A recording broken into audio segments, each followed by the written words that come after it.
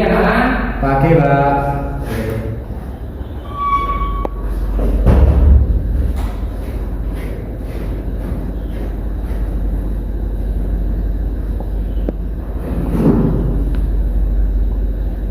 Assalamualaikum warahmatullahi wabarakatuh. Waalaikumsalam warahmatullahi wabarakatuh. Bagaimana kabarnya anak-anak pada pagi hari ini? Alhamdulillah baik, Pak. Alhamdulillah. Mudah-mudahan kita senantiasa diberikan kesehatan oleh Allah Subhanahu wa taala sehingga kita bisa belajar dengan lancar ya. Oke.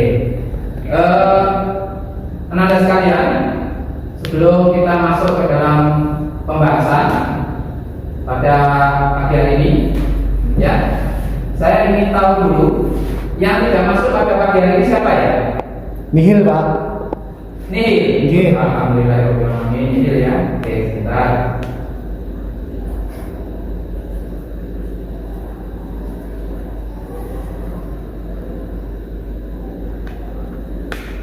Oke, nihil.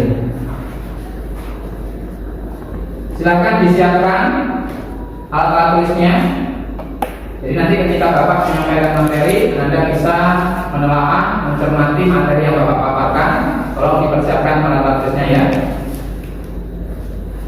Ini sekarang Bapak akan menyanyi terlebih dahulu. Perlengkapan yang akan kita gunakan untuk belajar.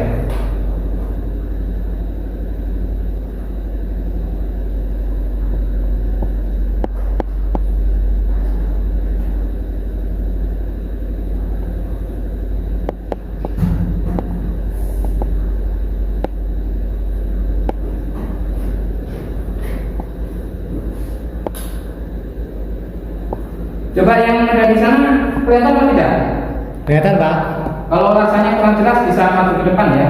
Gabung dengan temannya tidak apa-apa. Selama nanti memaparkan materi bisa Anda untuk maju ke depan.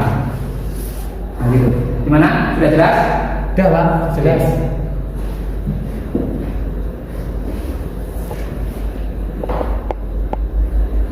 Jadi sebelum Bapak menyampaikan materi lebih jauh, lebih lengkap, ada beberapa hal yang mungkin perlu Anda ketahui tentang topik pembahasan kita pada pagi hari ini. Pada pagi hari ini, topik pembicaraan kita atau pembahasan kita adalah mengenai hadis Rasulullah SAW yang diriwayatkan oleh Imam Muslim, ya, tentang syukur dan sabar.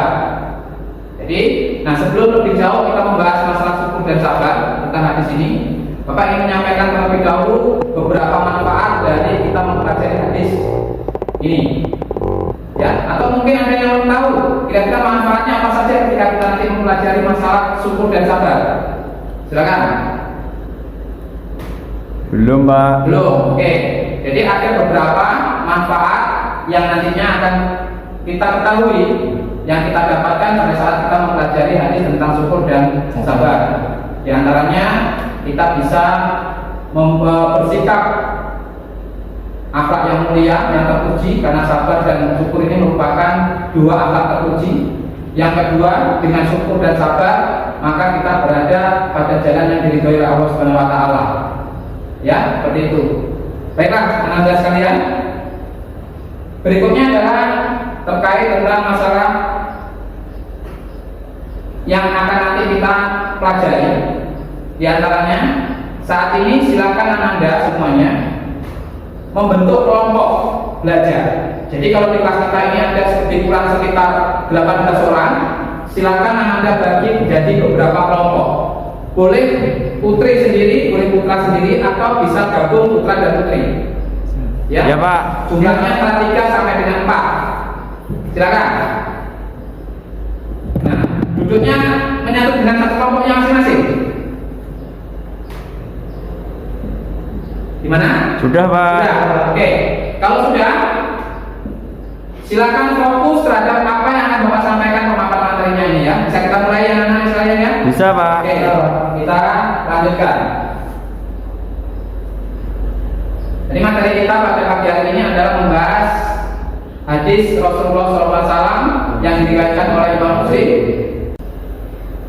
Sebelum kita masuk ke materi, terlebih dahulu adalah kita harus tahu tujuan pembelajaran pada pertemuan kali ini. Ya, ini bisa Anda baca. Ya, menerima kebenaran isi kandungan hadis tentang sikap berpikir positif, optimis dan sabar dalam kehidupan orang mukmin. Kemudian dapat menjalankan sikap berpikiran positif, optimis, sabar dalam kehidupan sehari-hari. Mampu menganalisis keterkaitan isi kandungan hadis riwayat Muslim dari Abu Suhaib bin Sinan. Kemudian dapat mendemonstrasikan hafalan hadis riwayat Muslim dari Abu Yahya Suhaib bin Sinan. Terakhir, nanti pada pertemuan berikutnya Ananda untuk membuat suatu kesimpulan nanti, yaitu menyimpulkan dampak sikap syukur dan sabar dalam kehidupan sesuai isi kandungan hadis riwayat Muslim dari Abu Yahya Suhaib bin Sinan dalam bentuk tulisan maupun lisan. Kita lanjutkan. Rasulullah SAW bersabda, ya, Najabal amril mu'mini inna amrahu kullahu lahu khairu wa laysa dhalika li ahadin illa al-mu'minin in asabathu sara'u sakara fakana khairan lahu wa in asabathu dharra'u sabara fakana khairan lahu. Nah, ini hadis yang Bapak akan kita bahas pada pagi hari ini, yaitu hadis riwayat Imam Muslim dari Abu Yahya Suhaib bin Sinan. Yang artinya tadi adalah alangkah mengagumkan keadaan orang yang beriman karena semua keadaannya membawa kebaikan untuk dirinya pribadi, dan ini hanya ada pada seorang mukmin. Jika dia mendapatkan kesenangan, dia akan bersabar, maka itu adalah kebaikan baginya. Dan jika dia menimpa kesusahan, dia akan bersabar, maka itu adalah kebaikan baginya. Nah, ini adalah hadis yang menjadi topik pembicaraan atau pembelajaran kita pada pertemuan kali ini. Ananda perhatikan, kemudian juga dipahami artinya. Sudah? Nah, di sini Anda perhatikan ada sebuah foto atau ilustrasi di mana telah terjadi musibah rumah runtuh, kemudian ada penghuninya melaksanakan ibadah kepada Allah Subhanahu wa taala di depan rumahnya yang runtuh. Oke, kita lanjutkan. Dari hadis tadi ada beberapa kosakata yang bisa kita ambil. Jadi Ananda, dari hadis tadi, hadis Imam Muslim tadi, ada beberapa kosakata yang bisa kita ambil. Contoh, misalkan di sini ada kata sakaro, yang artinya adalah apa namanya? Syukur. Kemudian ada lagi kata sobaro, yang artinya adalah Bersabar. Kemudian ada lagi di sini adalah yang mana? Coba. Fakana.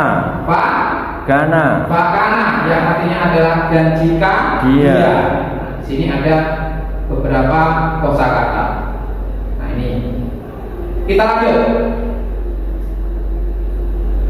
Hadis tersebut maksudnya adalah hadis riwayat Muslim tadi begitu besar tentang keutamaan bersyukur ketika menerima nikmat atau senang, rasa senang, dan bersabar saat terkena musibah. Perlu diketahui dua sifat ini itu saling terkaitan antara syukur dan sabar. Ketika kita mendapatkan suatu hal yang baik, suatu anugerah, suatu karunia, misalkan rezeki, maka kita harus bersyukur.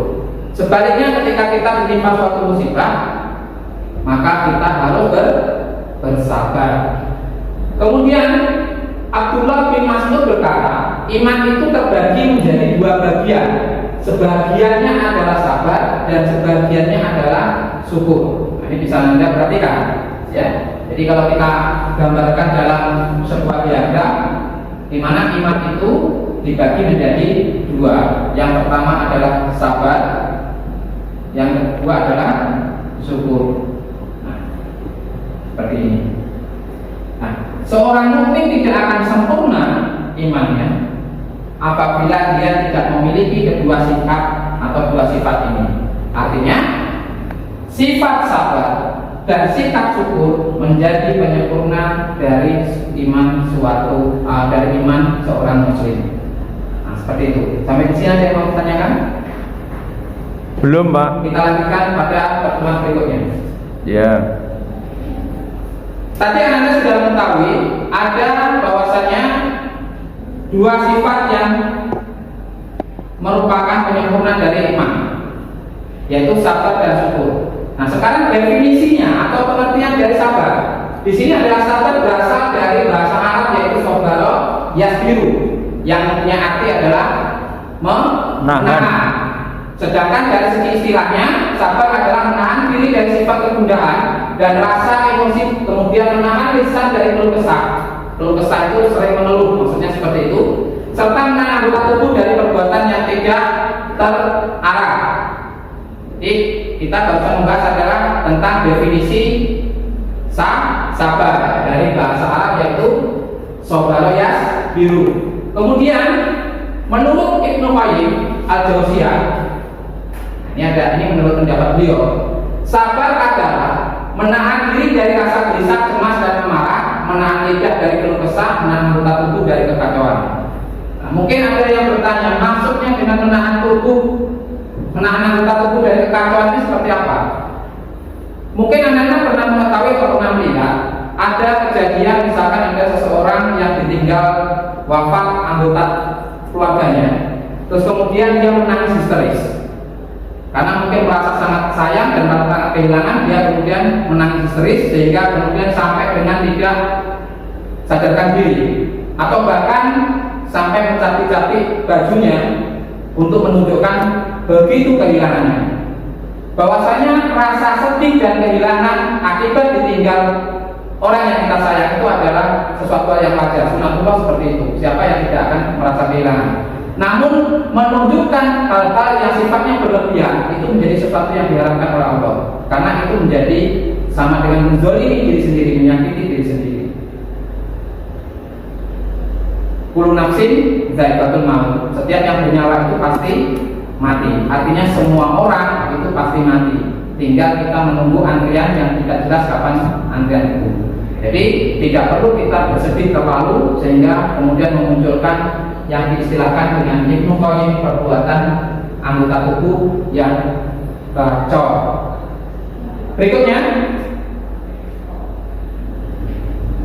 kalau tadi kita sudah tahu tentang masalah sabar, berikutnya adalah syukur.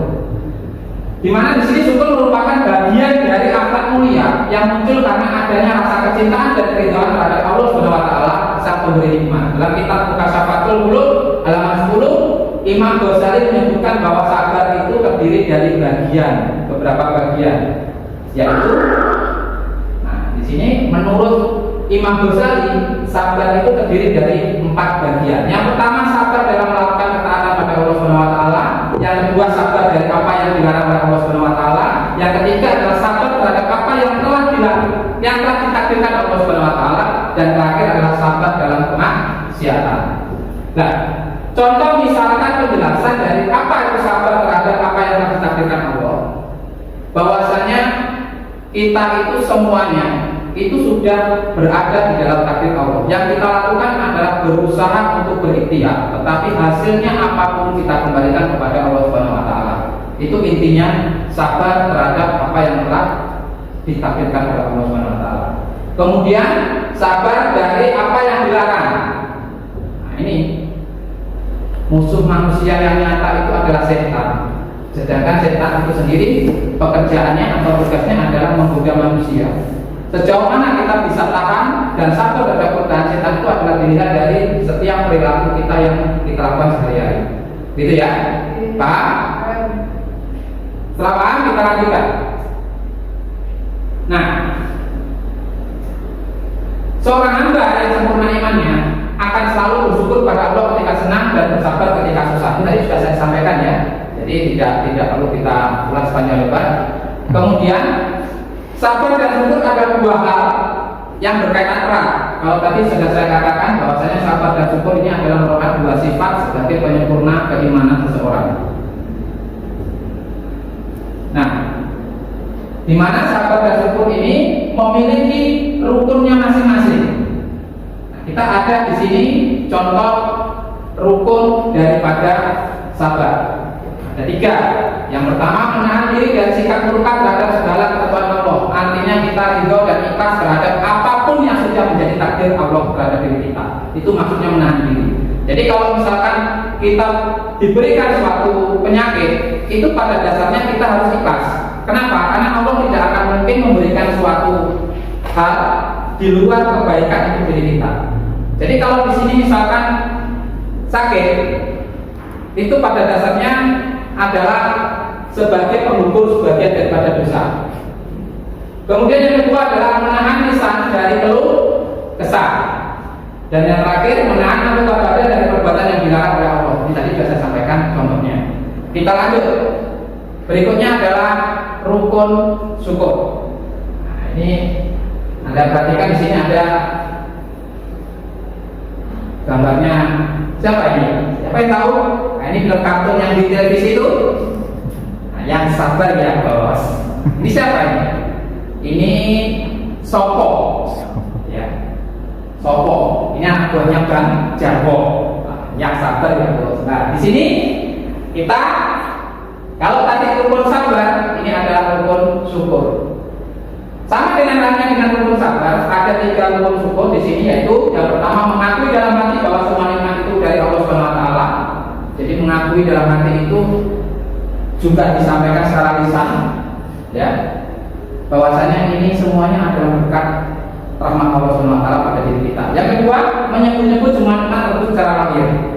Misal, ketika kita mendapatkan sesuatu hal, misalkan rezeki, baik berupa benda maupun berupa kenikmatan, kesempatan, maka bibir kita, lisan kita senantiasa mengucapkan alhamdulillahirabbil alamin. Kemudian yang ketiga, mempergunakan segala nikmat tersebut di jalan yang diridhoi oleh Allah Subhanahu wa taala. Jadi kalau kita mendapatkan nikmat itu, kita manfaatkan nikmat itu di jalan Allah.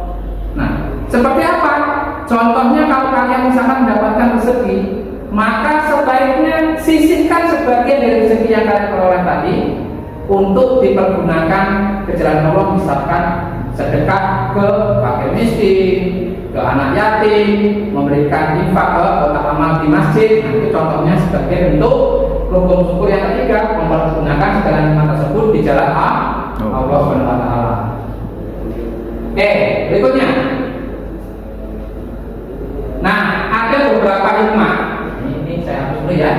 Ada beberapa hikmah yang dapat dipetik dari hadis riwayat Muslim dari Abu Yahya Suhaib bin Sinan tentang bersyukur dan sabar. Ini bisa Anda baca sendiri. Ini panjang, ya. Hanya di situ ada sekitar 5. Ada 5 tentang hikmah yang bisa kita petik atau kita peroleh dari hadis riwayat Muslim dari Abu Yahya Suhaib bin Sinan. Kemudian Allah SWT menjanjikan kepada semua manusia akan kehidupan yang bahagia. Hanya saja terkadang Allah itu memberikan manusia itu cobaan, yaitu berupa kesusahan, kekhawatiran, ketakutan, kekurangan makan dan sebagainya. Itu semata-mata hanya sebagai bentuk Allah di dalam menguji manusia. Apakah dia selalu bersyukur terhadap rezeki yang diberikan kepadanya sebelumnya? Misalkan dia itu sebelumnya selalu sehat walafiat, kemudian diberikan kelapangan rezeki, kaya dan sebagainya. Kemudian Allah ingin mengetahui apakah selama ini rezeki yang saya berikan kepadanya itu dia selalu bersyukur apa tidak. Kemudian diberikan penyakit. Dengan diberikan penyakit ini dia tetap bersabar dan bertambah rasa syukurnya, atau sebaliknya dia menjadi kufur atau menjadi ingkar. Nah, itu seperti itu. Kemudian Allah mencintai hambanya melalui berbagai cara tersebut, dapat berupa susah, suatu bencana yang melanda manusia, maupun berupa karunia. Nah, di sini Allah memuji secara khusus pada hambanya yang memiliki sifat sabar dan syukur sebagai orang-orang yang bisa mengambil pelajaran ketika menyaksikan tanda-tanda kemahakuasaan Allah SWT. Bahwasanya semua kejadian yang terjadi di muka bumi ini dalam kehidupan kita itu adalah karena kekuasaan Allah. Makanya kita itu bisa dan menyikapi semua peristiwa itu dengan dua sifat tadi, baik syukur maupun sabar. Nah, kuncinya adalah sabar ditambah syukur, hasilnya adalah keberhasilan. Baiklah Anda sekalian, dari pemaparan yang sudah Bapak sampaikan tadi, apakah ada dari Anda yang ingin bertanya? Mungkin ada yang kurang jelas atau ada yang bertanya yang lainnya terkait tentang materi yang sudah Bapak sampaikan tadi. Silakan, kalau ada yang mau bertanya, monggo, acungkan jari. Silakan. Bagus? Atau si siapa itu? Ali? Silakan. Ayo. Ya Pak, lanjut Ya, Pak. namanya sampaikan ya kalau mau bertanya ya. Ya, Ridwan. Oke, Ridwan. Pak, mengenai kehidupan sehari-hari Pak, contoh sikap sabar dan penuh syukur itu contohnya apa Pak? Nah, ini pertanyaan yang sangat bagus sekali dari teman kalian ya, si Ridwan ya. Tadi bertanya, Pak, contohnya sikap sabar dan syukur dalam kehidupan sehari-hari itu seperti apa? Ini. Atau sebelum Bapak jawab, mungkin ada yang mau menjawab ya, kira-kira yang lainnya. Ayo silakan kalau ada yang mau menjawab. Oke ya. Tadi belum. Saya sampaikan Ridwan. Terima kasih atas pertanyaannya. Contoh sikap sabar dalam kehidupan sehari-hari, misalkan kalian yang sebelumnya sehat walafiat, kemudian kalian suatu hari diberikan oleh Allah SWT penyakit. Ya, misalkan saja penyakit itu yang macamnya banyak. Misalkan kalian dikasihkan penyakit jantung atau penyakit paru-paru atau sebagainya lainnya. Nah, yang mengakibatkan kalian itu yang semulanya bisa beraktivitas dengan bebas, bisa sekolah, bisa main game, bisa dolan dan sebagainya. Tapi karena penyakit ini, kalian harus berada di rumah di atas tempat tidur untuk jangka waktu yang cukup lama. Nah, maka kalian bersabar. Kenapa? Karena selama ini Allah memberikan kalian itu suatu nikmat berupa sehat, berupa kesempatan. Terus sekarang Allah menguji, ingat itu adalah ujian. Sakit yang kamu alami, yang kalian derita itu adalah ujian. Ujian di mana Allah ingin mengetahui sejauh mana rasa sabar kalian terhadap penyakit yang kalian hadapi. Kalau kalian sabar, terus kemudian berikhtiar terus mencari obatnya, mencari kesembuhan, terus kemudian juga berharap, ya Allah berikan kami kesembuhan, maka nanti insya Allah segera akan disembuhkan oleh Allah Subhanahu Wa Taala. Dan yang perlu saya sampaikan, bahwasanya sakit itu adalah merupakan penggugur daripada sebagian dari dosa kalian. Nah, itu contoh sabar. Kemudian yang kedua, contoh sabar yang lain, misalkan saja kalian itu berinteraksi, bergaul dengan temannya. Yang namanya teman itu berbeda kepala, tentu berbeda pula pikiran, berbeda pula perilaku. Tidak semua teman itu mengasihkan. Yang enak diajak ngobrol, mungkin ada dari teman kalian itu yang mohon maaf, yang sikapnya itu kurang baik. Kalau dalam bahasa Jawanya itu apa ya? Suka ngentai. Ngentai itu bahasa Indonesia apa ya bukan kira-kira ya? Ngentai itu ya. Membantah Pak mungkin. Membantah atau apa suka melecehkan? Iya. Nah, suka mengejek. Nah, itu kalau seandainya kalian menjadi seperti dia, membalasnya dengan perbuatan yang sama, maka tidak akan jadi suatu hal yang positif, yang baik, yang damai. Malah justru akan menjadi pertikaian. Terus gimana caranya? Caranya adalah bersabar. Hadapi, bersabar tanpa harus membalas dengan perbuatan yang sama. Sekiranya kita bisa menghindar, kita menghindar. Tapi kalau sekiranya kita tidak bisa menghindar, tidak perlu kita perhatikan dengan seksama. Tata hatinya sehingga tidak terjadi rasa emosi dalam diri. Seperti itu contoh sabar. Kemudian syukur. Syukur itu tambah banyak lagi. Kalian misalkan diberikan oleh Allah rezeki berupa uang.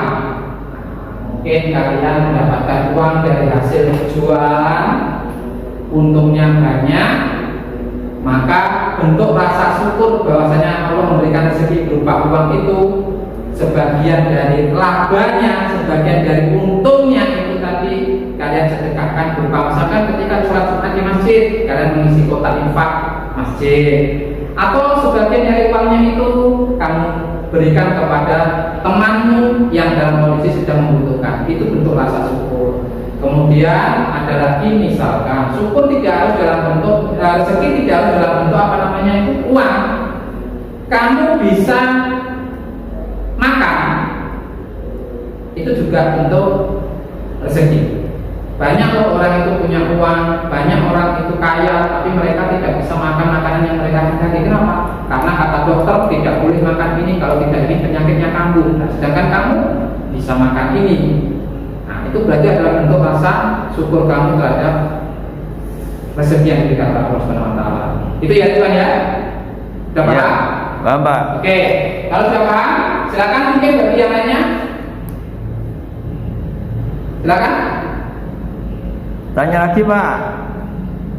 Ya, ini masih Ridwan, siapa yang mau tanya? Ya, masih Ridwan Pak. Ya, silakan Ridwan. Bisa dijelaskan kembali Pak mengenai rukun sabar dan juga rukun syukur tadi ya, kok belum jelas. Ya. Jadi mungkin dari Ridwan pas Bapak menyampaikan tadi itu kurang begitu memperhatikan mungkin ya.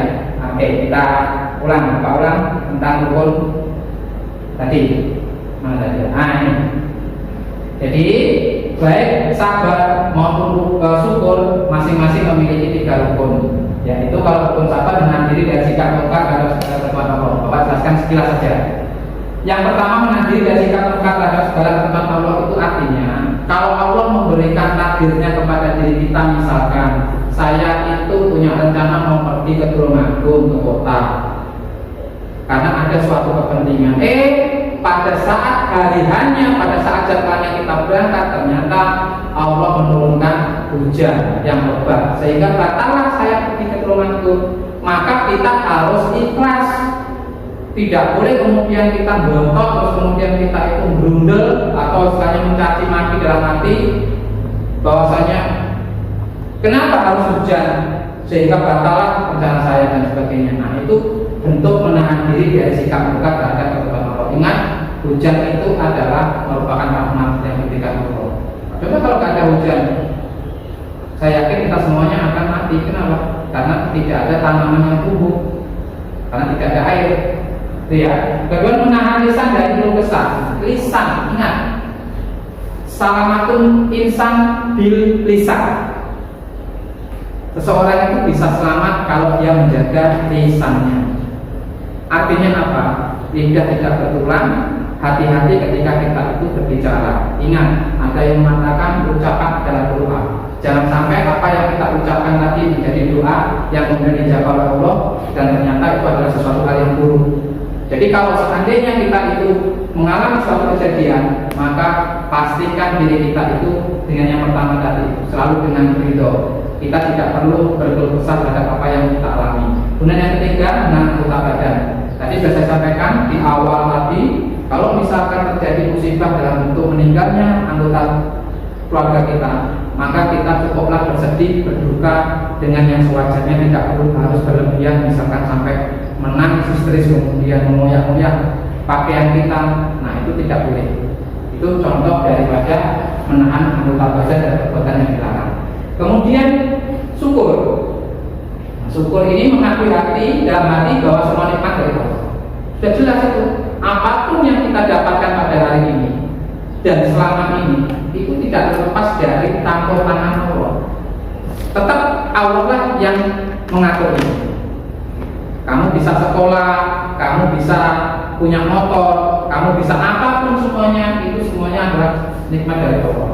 Nah, selain dalam hatimu menanamkan itu, meyakini bahwasanya setiap nikmat itu dari Allah, maka bibirmu, lisanmu biasakan dengan menyebut-nyebut setiap nikmat Allah itu dengan mengucapkan Alhamdulillah. Ya, dan terakhir mempergunakan segala nikmat yang tersebut di jalan yang diridhoi oleh Allah Subhanahu wa taala. Contohnya kayak tadi yang soal Ridwan yang pertama tadi, Pak, contohnya apa Pak? Nah, contohnya misalkan kalau Ridwan punya uang berlebih, maka bisa Ridwan gunakan sebagian kecilnya untuk membantu orang lain yang membutuhkan. Ketika Ridwan tidak punya uang, tetapi Ridwan mempunyai badan yang sehat, di lingkungan Ridwan itu ada gotong royong, bentuk rasa syukur karena Ridwan diberi badan yang sehat oleh Allah Subhanahu wa taala, Ridwan mempergunakan badan Ridwan itu untuk membantu pekerjaan orang lain tadi. Nah, itu bentuk rasa syukur. Itu ya Ridwan ya? Ya. Masih ada lagi yang mungkin yang lainnya? Silakan. Kalau sekiranya sudah tidak ada, ya, kalau sekiranya tidak ada, Bapak ingin menyampaikan kepada Anda sekalian, begini Anda, biasakan setiap kali Anda itu belajar, baik dengan pelajaran Bapak maupun dengan pelajaran guru yang lain, itu selalu biasakan untuk Anda berperan aktif, berpartisipasi aktif dalam proses pembelajaran. Guru itu dalam memberikan penilaian itu tidak selalu dalam bentuk penilaian itu ujian di atas kertas, tidak. Tapi dengan Anda misalkan kayak contohnya si Ridwan tadi, ketika dia bertanya itu juga menjadi penilaian bagi Bapak. Kenapa? Oh, ternyata dia punya keberanian. Ternyata dia menyadari kekurangannya karena dia belum paham, ditanyakan. Nah, itu jadi penilaian. Karena yang kita nilai di sini adalah 3 hal. Pertama sikap, yang kedua pengetahuan, dan yang ketiga adalah keterampilan. Dari pemaparan yang hari ini tadi yang Bapak sampaikan tadi, maka untuk yang berikutnya, ini tadi kan sudah dibentuk kelompok ya, sudah ya, sudah dibentuk kelompok dan sudah dipilih ketuanya apa belum? Nah, kalau seandainya belum, saya minta nanti silakan dibentuk ketuanya, dibentuk juru bicaranya. Tugas kalian besok adalah, tugas kalian di rumah atau besok pada pertemuan yang berikutnya, Anda silakan menganalisis isi kandungan dari hadis riwayat Muslim dari Abu Yahya bin Suhaib bin Sinan tadi, dianalisis, kemudian hasil analisisnya tadi silakan dituliskan dalam bentuk narasi di selembar kertas. Dituliskan di narasi dalam selembar kertas, diberi nama di situ, kemudian dikasih nama anggota kelompoknya, misalkan kelompok 1 siapa saja nama anggota kelompoknya. Pada pertemuan berikutnya, Anda masing-masing kelompok yang juru bicaranya tadi maju ke depan untuk mempresentasikan hasil analisisnya. Kemudian kelompok yang lain, ya maksudnya kelompok yang lain, anggota kelompok yang lain, silakan memberikan tanggapan terhadap apa yang dipresentasikan dari anggota kelompok yang satunya tadi. Nah, seperti itu ya. Bisa dipahami? Bisa Pak. Bisa dipahami atau tidak? Atau ada yang mau ditanyakan lagi? Silakan. Sudah Pak, tidak ada yang ditanyakan. Oke, kalau tidak ada, jadi sekali lagi saya ulang, silakan nanti dipersiapkan di rumah. Masing-masing anggota kelompok menganalisis isi kandungan masukan tadi, ya isi kandungan hadis riwayat Muslim dari Abu Yahya Suhaib bin Sinan, dianalisis sesuai dengan materi yang Bapak sampaikan tadi. Setelah dianalisis, tuangkan hasil analisis tadi ke dalam kertas, dibuat narasi begitu. Di dalam kertas tadi dikasih nama anggota kelompok. Pada pertemuan kita yang kedua atau selanjutnya ini berikutnya, kita akan bahas dengan cara kalian mempresentasikan bergantian satu persatu salah kelompok, kemudian ditanggapi oleh kelompok yang lain. Tuh, baiklah anak-anak sekalian, Bapak rasa pertemuan kita pada kali ini cukup sampai di sini. Ya, kalau ada yang kurang paham nanti bisa ditanyakan pada pertemuan yang berikutnya. Termasuk kalau misalkan tugas hari ini ada yang belum jelas, nanti bisa menghubungi Bapak lewat WhatsApp. Itu ya? Iya Pak. Sebelum kita akhiri, mari kita bersama-sama melafazkan hamdalah. Alhamdulillahirabbil alamin. Baiklah, ada kurang lebihnya Bapak mohon maaf. Mudah-mudahan Anda sekalian tetap dalam kondisi sehat walafiat, selalu dijaga protokol kesehatannya ya. Dan jangan lupa selalu bersikap apa tadi? Sabar dan Syukur. Assalamualaikum warahmatullahi wabarakatuh. Waalaikumsalam warahmatullahi wabarakatuh.